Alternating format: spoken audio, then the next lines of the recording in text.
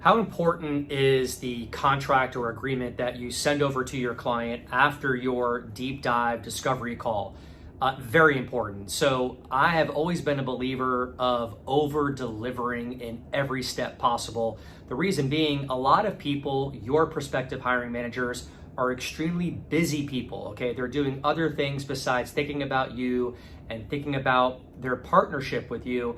So each step that I navigate them on, I always send them a document, whether it's the proposal, whether it's a recap of our discovery call, the resume, an executive summary of our short list of candidates.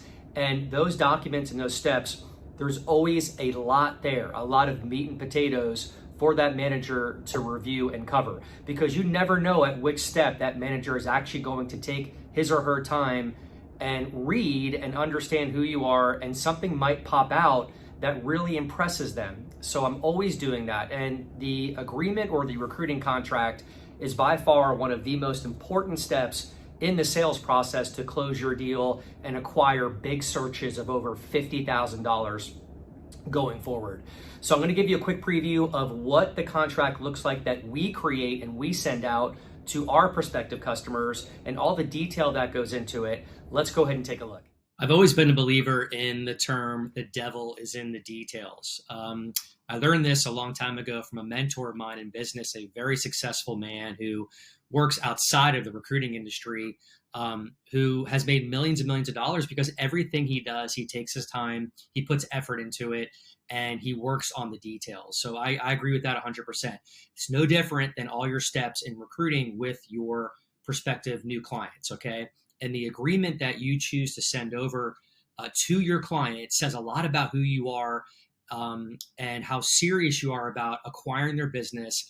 And this shows them that you're going to work hard for them. Like, you really care about what you do.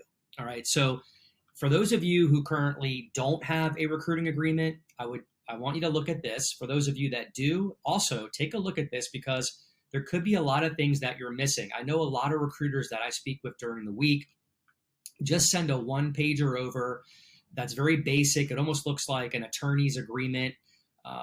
It's very vanilla, and it doesn't really pop or make you stand out or look different. So check this out. This is almost like a PowerPoint presentation, but it's an actual agreement.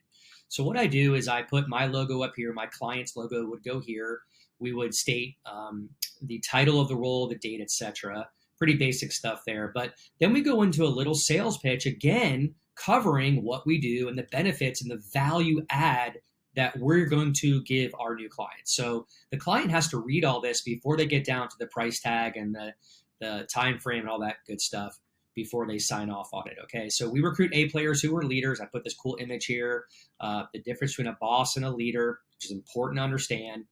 And then we just basically talk about our success-based flat fee model, right? We are a performance-based retained search firm. The client does not pay us a second installment until we perform for them. And this talks about that. So here is our industry-leading replacement guarantee.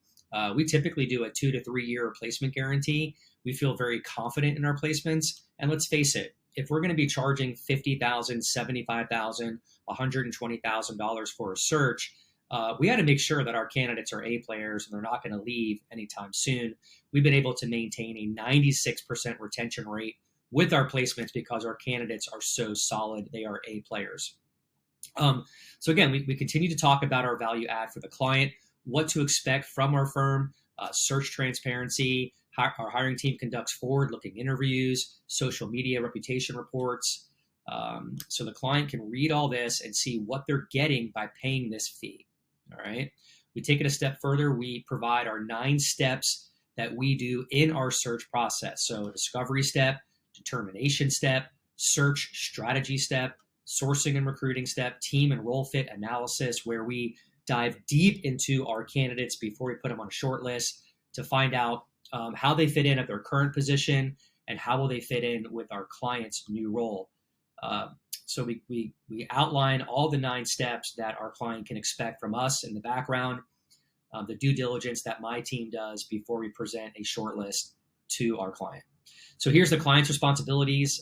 We expect exclusivity. Job surveys and custom search strategy, response time, very important here. Client is required to return a voicemail or email within 72 hours during business days. Failure to respond in a timely fashion will result in connection temporarily ceasing to work on the search until client responds. This is critical, guys, because your clients are going to work on their timeline, unfortunately. Okay, they don't care so much about you. They care about what they're doing every day, what their issues are, etc. So this, you have to keep jamming this down their throat and reiterating how important it is for your client to respond to you when you have a question, when you send a candidate over for feedback.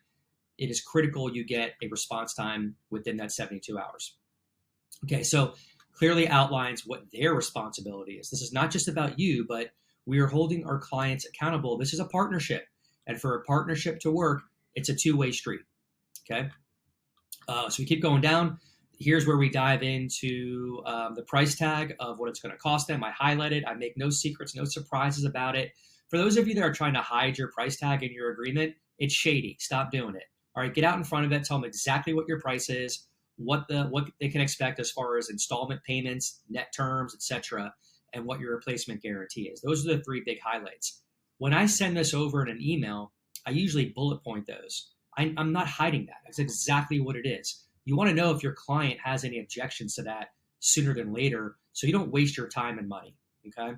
So there you go, guys. There's a quick preview of the agreement that we share with our clients. It's very effective.